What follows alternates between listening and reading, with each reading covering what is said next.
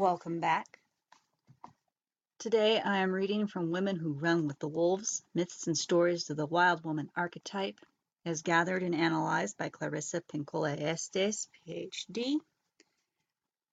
We are going to be reading her analyzation of the ninth and final task of Vasalisa, and at a future point I will be recording her version of the tale of Vasalisa so that you can refer back to that later. So we are now with the ninth task, recasting the shadow. Vasalisa journeys toward home with the fiery skull on the stick. She almost throws it away, but the skull reassures her. Once back home, the skull watches the stepsisters and stepmother and burns them to ashes. Vasalisa lives well, and for a long time afterward. These are the psychic tasks of this time. Using one's to the negative shadow of one's own psyche and/or negative aspects of persons and events in the outer world. Recasting the negative shadows in one's psyche with Hagfire, the wicked stepfamily which formerly tortured Vasalisa, is turned to cinders. Vasalisa has the fiery skull on a stick held before her as she walks through the forest, and her doll indicates the way back. Go this way, now this way. Vasalisa, who used to be a blueberry-eyed sweet muffin, is now a woman walking with her power before her. A fiery light emanates from the eyes, ears, and nose and mouth of the skull. It is the representation of all the psychic processes which have to do with discrimination. It is related to ancestor kinship and therefore to remembering. If the Yaga had given Vasalisa a knee bone on a stick, that would require a different symbolic rendering. If she had given her a wrist bone, a neck bone, or any other bone, other than perhaps the female pelvis, it would not mean the same thing. So, the skull is another representation of intuition. It does not hurt the Yaga or Vasalisa. It has a discrimination of its own. Vasalisa now carries the blaze of knowing. She has those fierce senses. She can hear, see, smell, and taste them out, and she has herself. She has the doll. She has Yaga sensibilities. Now she has the fiery skull as well. Momentarily, Vasalisa becomes afraid of the power she carries, and she thinks to throw the fiery skull away.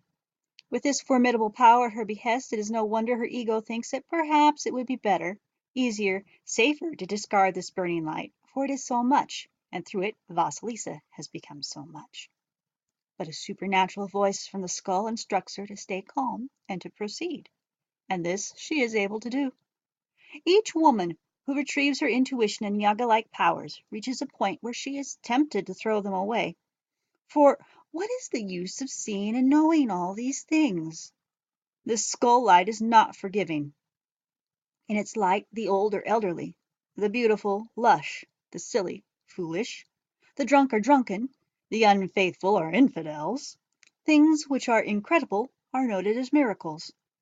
Skull light sees what it sees. It is an eternal light, and right out front, shining ahead of a woman, like a presence which goes a little bit before her and reports back to her what it has found ahead. It is her perpetual reconnaissance.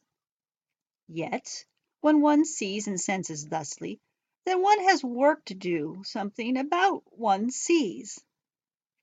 To possess good intuition, goodly power, causes work. It causes work, firstly, in the watching and comprehending of negative forces and imbalances, both inward and outward. Secondly, it causes striving and the gathering up of will in order to do something about what one sees, be it for good, or balance, or to allow something to die. It is true, I will not lie to you. It is easier to throw away the light and go to sleep. It is true. It is hard to hold the skull light out before us sometimes. For with it, we clearly see all sides of ourselves and others, both the disfigured and the divine, and all conditions in between. Yet, with this light, the miracles of deep beauty in the world and humans comes to consciousness. With this penetrating light, one can see past the bad action to the good heart. One can espy the sweet spirit crushed beneath hatred. One can understand much, instead of being perplexed only. This light can differentiate layers of personality, intention, and motives in others. It can determine consciousness and unconsciousness in self and others. It is the wand of knowing. It is the mirror in which all things are sensed. It is the deep, wild nature. Yet, there are times when its reports are painful and almost too much to bear. For also the fiery skull points out where there are betrayals brewing, where there is faintness of courage in those who speak otherwise. It points out envy lying like cold grease behind a warm smile. It points out the looks which are mere masks for dislike. As regards oneself, its light is equally bright. It shines on our treasures and on our foibles. It is these knowings which are the most difficult to face. It is at this point that we always want to throw away all of this damnable shrewd knowing of ours. It is here that we feel, if we will not ignore it, a strong force from the self saying, "Do not throw me away. Keep me, you'll see." As Vasalisa weaves through the forest, she no doubt is thinking too about the step family which had maliciously sent her off to die. And though she herself is sweet of heart, the skull is not sweet. Its work is to be sightful. So when she wishes to toss it away, we know that she is thinking of the pain it causes to know some things and certain things about self, about others, about the nature of the world. She arrives home, and the stepmother and stepsisters tell her that they had no fire, no energy while she was away, that no matter what they did, they could not make it light. And this is the exact truth in any woman's psyche when she is in her wildish power. During that time, the things which have oppressed her have no libido. It is all taken up in the good journey. Without libido, the nastier aspects of the psyche, those which exploit the creative life of a woman or encourage her to while away her time in minutiae, these become like gloves with no hands in them.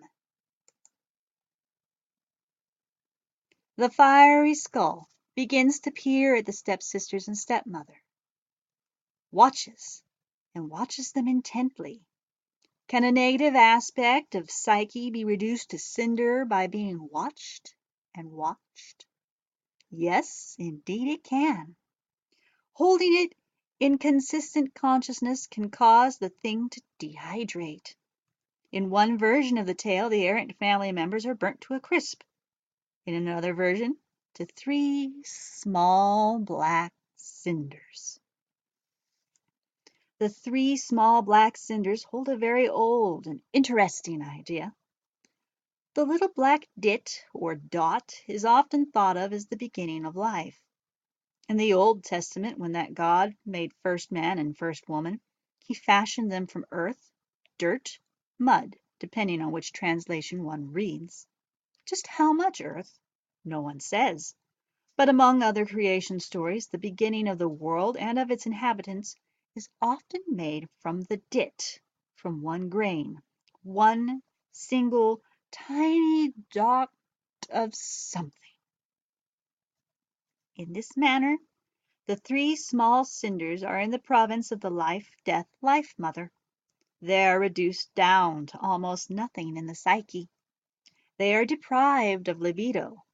Now, something new can occur. In most cases, when we consciously deprive a psychic thing of juice, it shrivels and its energy is released or reconfigured. There is another side to this draining of the destructive step family. One cannot keep the consciousness one has earned by meeting the hag goddess and carrying the fiery light, and so forth, if one lives with cruel people outwardly or inwardly. If you are surrounded by people who cross their eyes and look with disgust up at the ceiling when you are in the room, when you speak, when you act and react, then you are with the people who douse passions, yours and probably their own as well. These are not the people who care about you, your work, or your life. A woman must choose her friends and lovers wisely, for both can become like a bad stepmother and rotten stepsisters. In the case of our lovers, we often invest them with the power of a great mage, a great magician. This is easy to do, for if we become truly intimate, it is like unlocking a lead crystal atelier, a magic one, or so it feels to us. A lover can engender and or destroy even our most durable connections to our own cycles and ideas. The destructive lover must be avoided. A better sort of lover is one finely wrought of strong psychic muscle and tender flesh. For a wild woman, it also helps if the lover is just a little bit psychic, too. A person who can see into her heart. When the wildish woman has an idea, the friend or lover will never say, "Well, I don't know. Sounds really dumb, grandiose, undoable, expensive, etc. to me."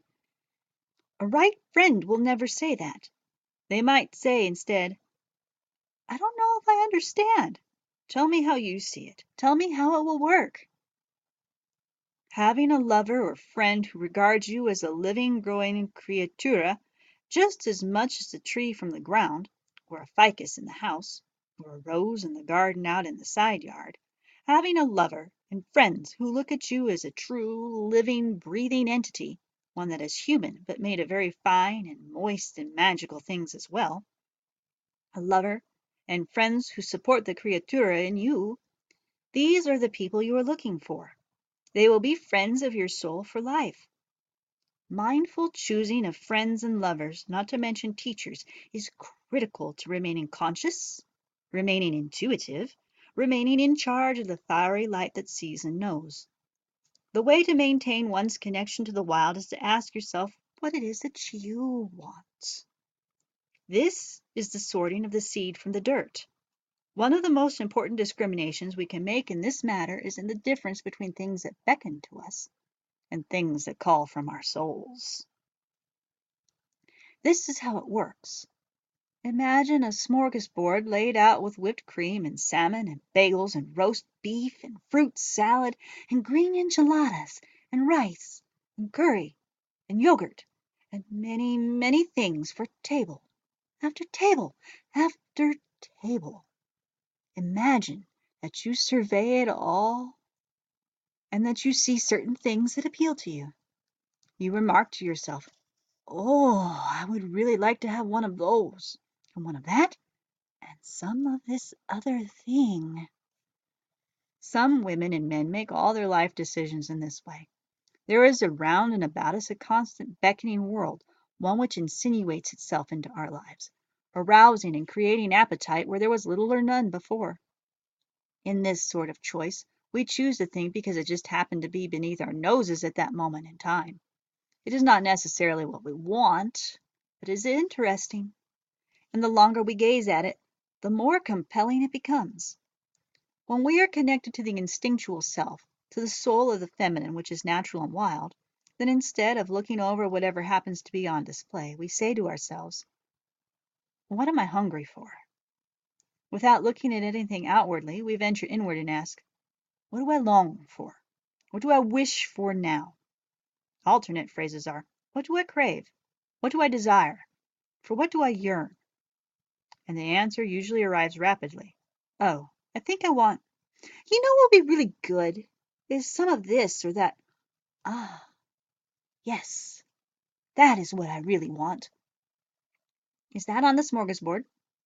Maybe yes, and maybe no. In most cases, probably not. We will have to quest for it a little bit, sometimes for a considerable time.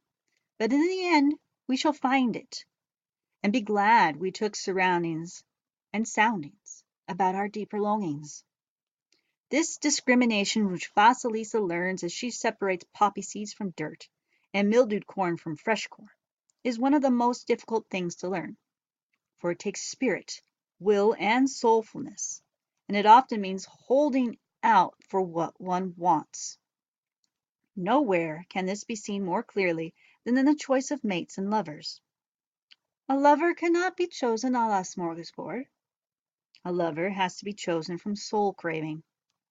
To choose just because something mouth-watering stands before you will never satisfy the hunger of the soul self. And that is what intuition is for. It is a direct messenger of the soul. To amplify further, if you are presented with an opportunity to buy a bicycle or an opportunity to travel to Egypt and see the pyramids, you have to set the opportunity aside for the moment, enter into yourself and ask, what am I hungry for? What do I long for? Maybe I'm hungry for a motorcycle instead of a bicycle. Maybe I'm hungry for a trip to see my grandmother who's coming up in years. The decisions do not have to be so large. Sometimes the matter to be weighed is taking a walk versus making a poem. Momentous or mundane, the idea is to have consulted the instinctual self through one or several aspects available to you: the doll self, the old Baba Yaga self, or the fiery skull. And another way to strengthen connection to intuition is to refuse to allow anyone to repress your vivid energies. That means your opinions, your thoughts, your ideas, your values, your morals, your ideals. There is very little right, wrong, or good, bad in this world. There is, however, useful and not useful. There are also things that are sometimes destructive, as well as things which are engendering. But as you well know, a garden has to be turned in the fall in order to prepare it for the spring. It cannot bloom all the time, but let your own innate cycles dictate the upsurges and the down spirals of your life, not another person outside of yourself. There are certain constant entropies in creating which are a part of our inner cycles. It is our task to synchronize with them. Like the chambers of a heart which fill and empty and fill again, we learn to learn the rhythm of this life-death-life cycle instead of becoming martyred by it. Liken it to jump rope. The rhythm already exists. You sway back and forth until you are copying the rhythm. Then you jump in. That's how it is done. When you are connected to the instinctual self, you always have at least 4 choices: the 2 opposites, and then the middle ground, and taken under further contemplation. If you're not vested in the intuitive, you may think you have only one choice, and often that is an undesirable one. And you feel that you should suffer about it, and submit, and force yourself to do it. No, there's a better way. Listen to the inner hearing, the inner seeing, the inner being. Follow it. It knows what to do next. One of the most remarkable things about using intuition and the instinctive nature is that it causes a sure-footed spontaneity to erupt. Spontaneity does not mean being unwise. It should not be pounce and blurt attributes. Good boundaries are still important. Scheherazade, for instance, had pretty good boundaries. She used her cleverness to please while at the same time positioning herself to be valued. Being real doesn't mean being reckless. It means allowing la voz mitologica, the mythological voice, to speak. One does that by shutting off the ego for a while and letting that which wishes to speak, speak. In the consensual reality, we all have access to little wild mothers in the flesh. These are women who, as soon as you see them, something in you leaps and something in you thinks, Mama. You take one look and think, I am her progeny, I am her child, she is my mother, my grandmother. In the case of hombre con pechos, a man with breasts, you might think, oh, grandfather, or oh, my brother, my friend. You just know that this man is nurturing. Paradoxically, they are strongly masculine and strongly feminine at the same time. They are like fairy godmother, like mentor, like the mother you never had, or did not have long enough. That is an hombre con pechos. All these human beings could be called little wild mothers. Usually everyone has at least one. If we are lucky, throughout a lifetime we will have several. You are usually grown, or at least in your late adolescence by the time you meet them. They are vastly different from the too good mother. The little wild mothers guide you, burst with pride over your accomplishments. They are critical of blockages around your creative, sensual, spiritual, and intellectual life. Their purpose is to help you, to care about your art, and to reattach you to the wildish instincts. They guide the restoration of the intuitive life, and they are thrilled when you make contact with the doll, proud when you find the Baba Yaga, and rejoicing when they see you coming back with the fiery skull held out before you. We have seen that to be dumb and too sweet is dangerous. But perhaps you still are not convinced. Perhaps you're thinking, oh Lordy, who wants to be like Vasalisa? And I'm telling you, you do. You want to be like her, accomplish what she has accomplished, and follow the trail she has left with her passing, for it is the way of retraining and developing your soul. Because the wild woman is the one who dares, and who creates, and who destroys. She is the primitive and inventing soul that makes all creative acts and arts possible. She creates a forest around us, and we begin to deal with life from that fresh and original perspective. So, here at the end of the resetting of initiation into the feminine psyche, we have a young woman with formidable experiences who has learned to follow her knowing. She has endured through all the tasks to a full initiation. The crown is hers. Perhaps intuition is the easier of the tasks, but holding it in consciousness and letting it live what can live and letting die what must die is by far the more strenuous and yet so satisfying. Baba Yaga is the same as Mother Nyx, the mother of the world, another life, death, life goddess. The life, death, life goddess is also always a creator goddess. She makes, fashions, breathes life into. She is there to receive the soul when the breath has run out. Following her footprints, we endeavor to learn to let be born what must be born, whether all the right people are there or not. Nature does not ask permission. Blossom and birth whenever you feel like it. As adults, we need little permission, but rather more engendering, much more encouraging of the wild cycles. To let things die is the theme at the end of the tale. Vasalisa has learned well. Does she collapse into a fit of high-pitched shrieking as the skull burns into the malicious ones? No. What must die, dies. How does one make such a decision? One knows. La que sabe knows. Ask within for her advice. She is the mother of the ages. Nothing surprises her. She has seen it all. For most women, to let die is not against their natures, it is only against their training.